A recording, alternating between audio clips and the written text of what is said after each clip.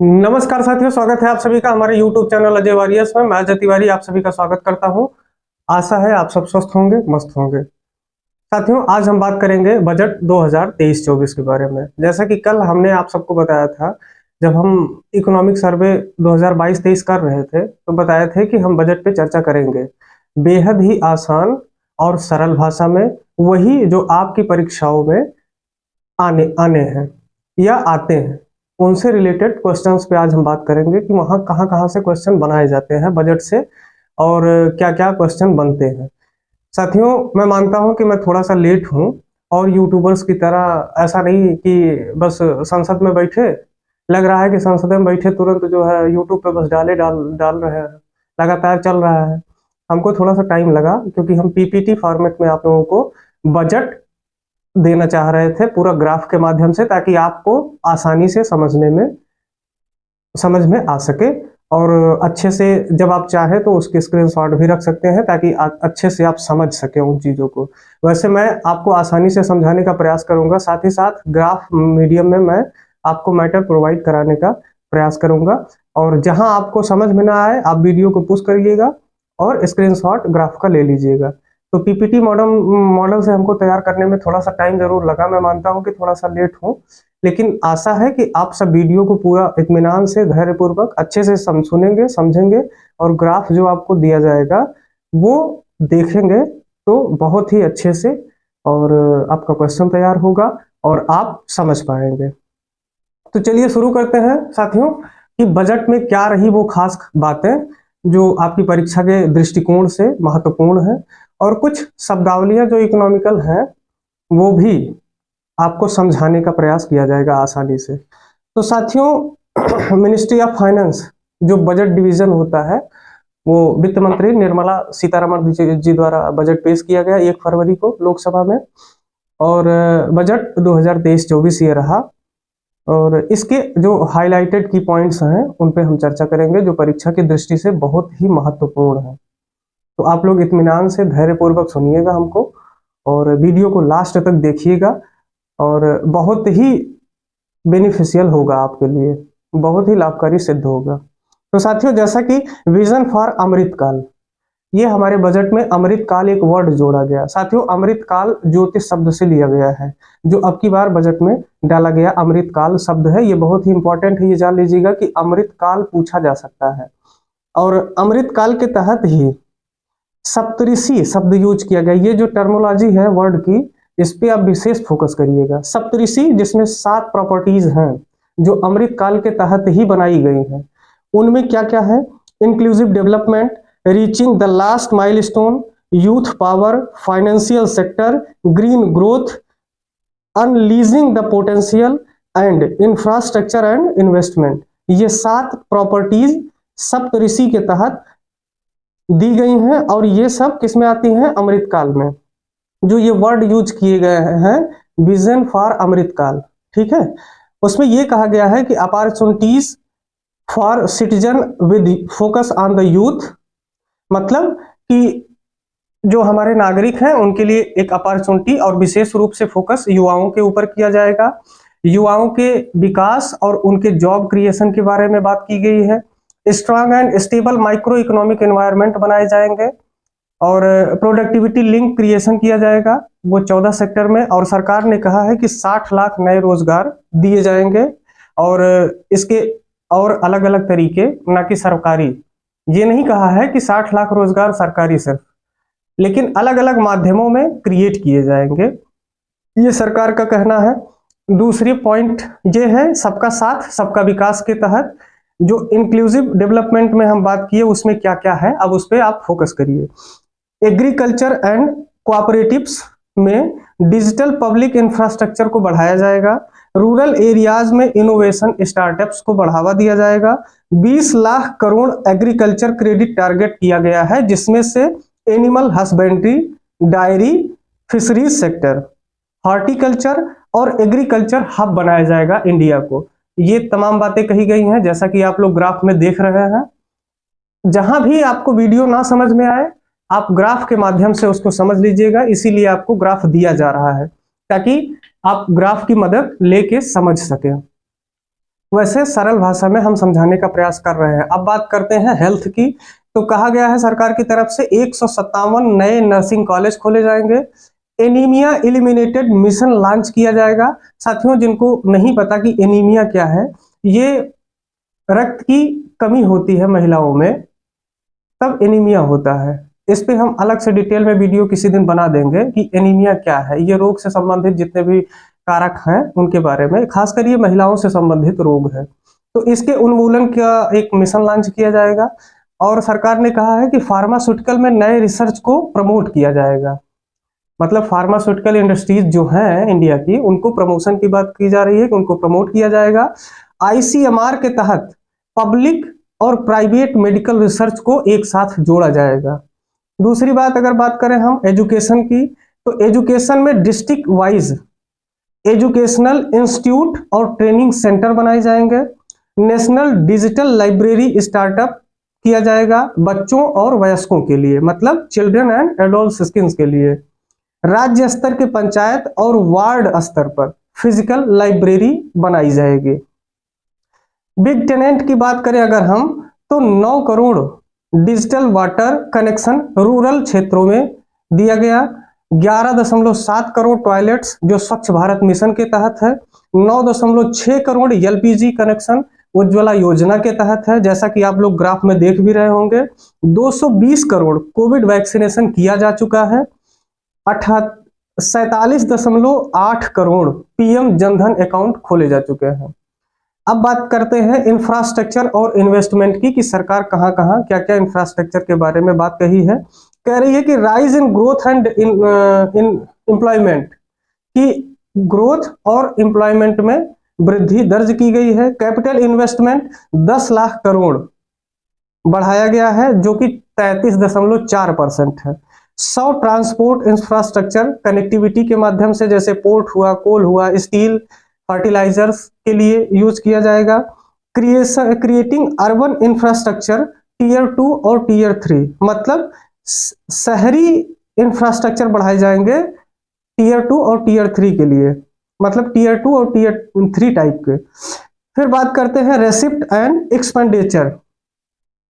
ठीक है, एक्सपेंडिचर मतलब व्यय से संबंधित, जो आय और व्यय है उससे संबंधित जो अदायगी होती है, वो लाख करोड़ में, जैसा कि आप लोग ग्राफ के माध्यम से समझ रहे हैं, देख भी रहे हैं। रेवेन्यू रेसिप्ट और रेवेन्यू एक्सपेंडिचर की बात की जा रही है। आप लोग ग्राफ को ध्यान से देखिएगा, इसमें क्या क्या है, कैसे कैसे है, सब कुछ ग्राफ में मेंशन है। Capital receipt and capital expenditure क्या क्या है, आप लोग ग्राफ में देख सकते हैं। एकदम डिटेल में सब कुछ आपके लिए ही पीपीटी तैयार किया गया, ताकि आप लोग वीडियो के साथ साथ आप पीपीटी माध्यम से, ग्राफ के माध्यम से आप अच्छे से समझ सके उन चीजों को। अब बात करते हैं मेजर स्कीम्स के बारे में। ये भी करोड़ों में कहा गया है, इन करोड़ में इनकी काउंटिंग हो रही है, ध्यान दीजिएगा। डेवलपमेंट ऑफ फार्मास्यूटिकल इंडस्ट्रीज में 2022-23 में जहां 100 करोड़ रुपए दिए गए थे, वहीं 2023-24 में 1250 करोड़ रुपए दिए गए। जल जीवन मिशन के तहत जहां 2022-23 में 60,000 करोड़ रुपए इन्वेस्ट किया गया था, वहीं 2023-24 में 70,000 करोड़ रुपए इन्वेस्टमेंट करने की बात की गई है। एकलव्य मॉडल आवासीय स्कूल बनाने में जहां 2022-23 में 2,000 करोड़ रुपए दिए गए थे, वहां 2023-24 में 5,943 करोड़ रुपए दिए जाएंगे। पीएम आवास योजना 2022-23 में जहां 48,000 करोड़ रुपए खर्च किए गए, वहीं पे 2023-24 के लिए 79,590 करोड़ रुपए आवंटित किए गए। नॉर्थ ईस्ट डेवलपमेंट स्कीम के तहत 2022-23 में 1,419 करोड़ रुपए और 2023-24 में 2,491 करोड़ रुपए आवंटित किए जाएंगे, खर्च किए जाएंगे। अब बात करते हैं, आप लोग ग्राफ के माध्यम से ध्यान से देखिए और बहुत ही इत्मीनान से, धैर्यपूर्वक आप लोग समझने का प्रयास करिएगा। अब बात करते हैं कि किस मिनिस्ट्री को कितने पैसे दिए गए, वो अपने काम में यूज कर सकती है, कहां पे कितना खर्च कर सकती है, ये सब लाख करोड़ रुपए में किए जाएंगे, जैसा कि आप लोग ग्राफ में देख रहे होंगे। मिनिस्ट्री ऑफ डिफेंस में 5.94 लाख करोड़ रुपए, ministry of road transport and highways को 2.70 लाख करोड़ रुपए आवंटित किए जाएंगे। मिनिस्ट्री ऑफ रेलवेज को 2.41 लाख करोड़ रुपए, consumer affairs, food and public distribution को 2.06 लाख करोड़ रुपए, मिनिस्ट्री ऑफ होम अफेयर्स को 1.96 लाख करोड़ रुपए। जैसा कि आप लोग पीपीटी में ग्राफ में आप लोग अच्छे से समझ पा रहे होंगे। रूरल डेवलपमेंट में 1.60 लाख करोड़ रुपए, एग्रीकल्चर एंड फार्मर्स वेलफेयर के लिए 1.25 लाख करोड़ रुपए, कम्युनिकेशन मतलब मिनिस्ट्री ऑफ कम्युनिकेशन के लिए 1.23 लाख करोड़ रुपए आवंटित किए जाएंगे, जैसा कि सरकार का कहना है। अब आगे बात करते हैं rupees comes from and rupees goes to, कि पैसे कहां से आते हैं, किस किस मद से और किस किस मद में जाते हैं, पैसे कहां खर्च होते हैं और कहां से आते हैं। इनके ग्राफ आप ध्यान से पढ़िएगा, देखिएगा। जहां भी वीडियो आपको समझ में ना आए, आप पुश करके ग्राफ को अच्छे से स्क्रीनशॉट भी ले सकते हैं और उसको रीड भी कर सकते हैं। जैसे रुपीज कम्स फ्रॉम अगर देखें हम, तो इनकम टैक्स से 15% रुपए आते हैं। अगर देखा जाए टोटल इनकम कितनी है, इनकम टैक्स से 15% है। बारोइंग एंड लाइबिलिटीज से 34%, जो कि सबसे ज्यादा है। एक्साइज ड्यूटी से 7%, एक्सेट्रा आप लोग ग्राफ में देख लीजिएगा। अब रुपीज गोज टू, कि पैसे कहां कहां खर्च होते हैं, तो इंटरेस्ट पेमेंट में 20% सरकार का पैसा खर्च होता है। State share taxes and duties में 18% खर्च होता है। पेंशन में सरकार का 4% पैसा जाता है। सब्सिडी देने में, जो कि आप लोग लेते हैं गैस सब्सिडी और सब वगैरह जो सब्सिडीज आपको मिलती है, उनमें 7% सरकार का पैसा व्यय होता है। अब बात करते हैं टैक्स बेनिफिट्स फॉर इंडस्ट्रीज। जैसा कि एमएसएमई सेक्टर में कहा गया है कि माइक्रो फाइनेंस इनहैंस्ड हुआ है 95%, वो भी नॉन कैश में। कोऑपरेटिव्स की बात करें तो 15% कोऑपरेटिव टैक्स बढ़ाए गए हैं। कोऑपरेटिव टैक्स समझ रहे हैं ना आप लोग? ये जो बड़े बड़े उद्योगपति होते हैं उनके बारे में ये बात कही गई है, उनको 15% कारपोरेट टैक्स बढ़ाया गया है उन पर। हायर लिमिट्स की गई है 3 करोड़ टीडीएस पे।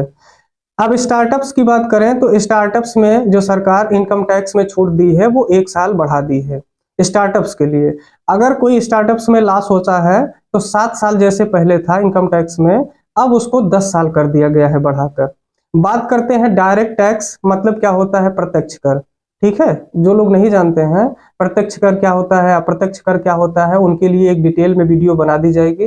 वैसे आप लोग ग्राफ से अभी यहाँ पे समझिए कि कहाँ क्या कैसे किया गया है। इनकम टैक्स में 5 लाख से बढ़ाकर 7 लाख कर दिया गया है। मतलब डायरेक्ट टैक्स, अगर प्रत्यक्ष कर की बात करें तो इनकम टैक्स में जो टैक्स पेयर है उनका जो 5 लाख रुपए तक टैक्स अदा करते थे, अब वो बढ़ाकर 7 लाख रुपए, मतलब 7 लाख रुपए इनकम रखने वाला भारत का नागरिक कोई भी, उसे अब टैक्स नहीं देना पड़ेगा। ये सबसे अच्छा कदम है सरकार का। अर्थात जो भी अब 7 लाख रुपए तक कमाने वाला होगा उसको टैक्स नहीं देना पड़ेगा। पहले ये सीमा 5 लाख रुपए तक थी। अब बात करते हैं financial sector and physical management में। ये आप लोग ग्राफ में अच्छे से देख लीजिएगा।